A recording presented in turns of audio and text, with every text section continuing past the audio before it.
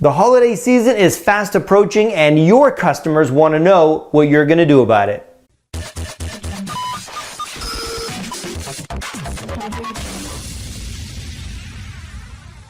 Good Mark TV morning. This is the time of year that your customers want to know what you're going to do for them. And by that, I mean specifically a gift. That's right. They want to know what you're going to get them for the holidays. Now let's keep in mind, first and foremost, this is not a religious thing. This is a holiday tradition thing where companies give gifts to their favorite clients, or ideally most of their clients, or really ideally all of their clients. Perhaps you're one of those business owners that already do that you go shopping around looking for just the right gift to let your clients know how valued and appreciated they are. But the fact is, many business owners don't. Now, I have found over the years that business owners tend to fall into one of four categories. First are the ones that don't do anything. That's right, the holidays come and go and don't expect anything from them. The second group, well, they're big on greeting cards. They'll go out and they'll buy a big pile of those generic greeting cards, and maybe they'll sign them or get their staff to sign them, and they'll put in some kind of, I don't know, happy holidays, or, you know, looking forward to next year, I don't know, some crap line like that, and they'll just send them out to everybody. Group number three, well, they're big on charity, and not necessarily like being charitable, but more on the tax receipts and the easy way out of having to get a gift for everybody. You see, they'll go out and they'll make a donation in your name to a charity you may not have heard of or even support. And guess who gets the tax write-off? Not you, that's right, them. But you'll get a card saying that a certain amount of money, although you don't really know how much that is, has been donated to the charity in your name, and happy holidays. And that brings us to the fourth group. Those business owners are the ones who really view the holidays as an opportunity to go above and beyond and let their customers know how appreciated and valued they are. And they don't want to let anything get in the way of them showing that. Now, when it comes to holiday gift giving, what to give can be a really tough question to answer. And I want to give you some ideas about not so much what to give. I mean, after all, you can give everything from like fancy beer glasses, travel mugs, wine sets, or really cool wine openers.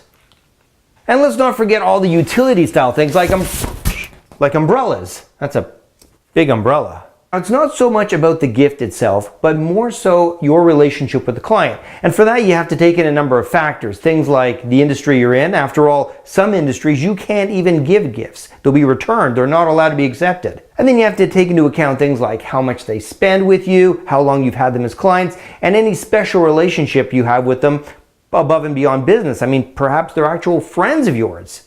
So before you go out shopping for that special gift, here's some things I want to leave with you to help you kind of figure it out. Because you know what? It can be overwhelming, it can be confusing, and if not done right, it can be really expensive.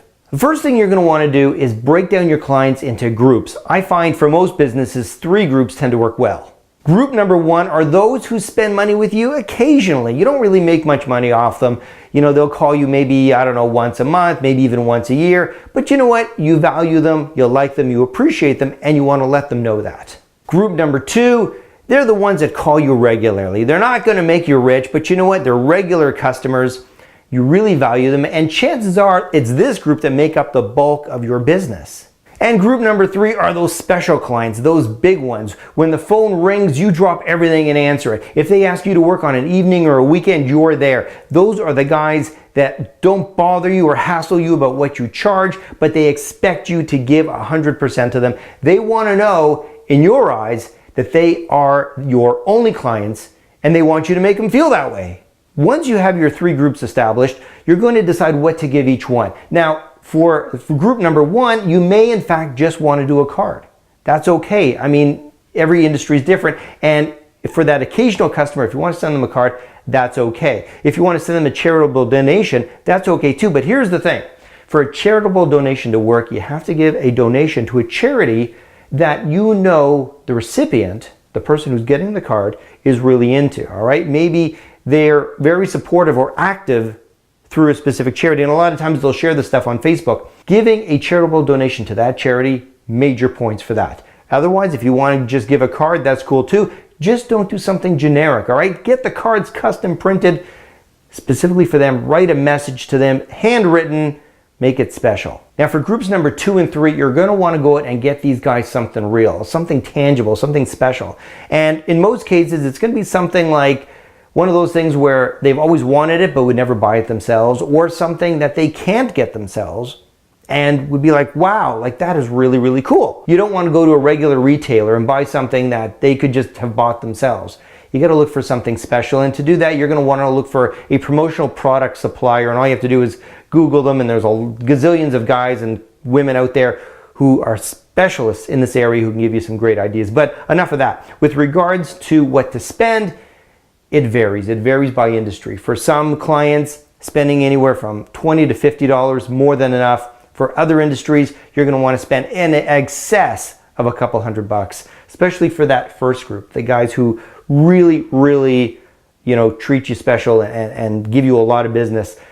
Those are the ones you really, really want to focus on. And for those few, if you have a few, you may want to go out and get them something very, very unique, very personal. What's important here is not how much you've spent or even the gift itself, but more so the time and thought you've put into it. This is the time of year to let your clients know that you're thinking of them, you value them, and you appreciate them. And nothing says that better than a gift that you've put some time and thought into and presenting it nicely. If you can give it to them personally, all the better. Now, if you have any questions or comments about this episode, post them down below. You know I will answer back.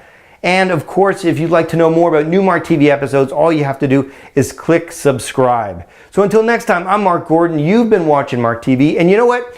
This holiday season, if you get a gift, let me know what it is. Send me a picture or just post it down below or tweet me or whatever. And I'd like to share that with people to show some of the cool things that you got. And let me know, are you happy with the gift? Are you disappointed? Share it with me.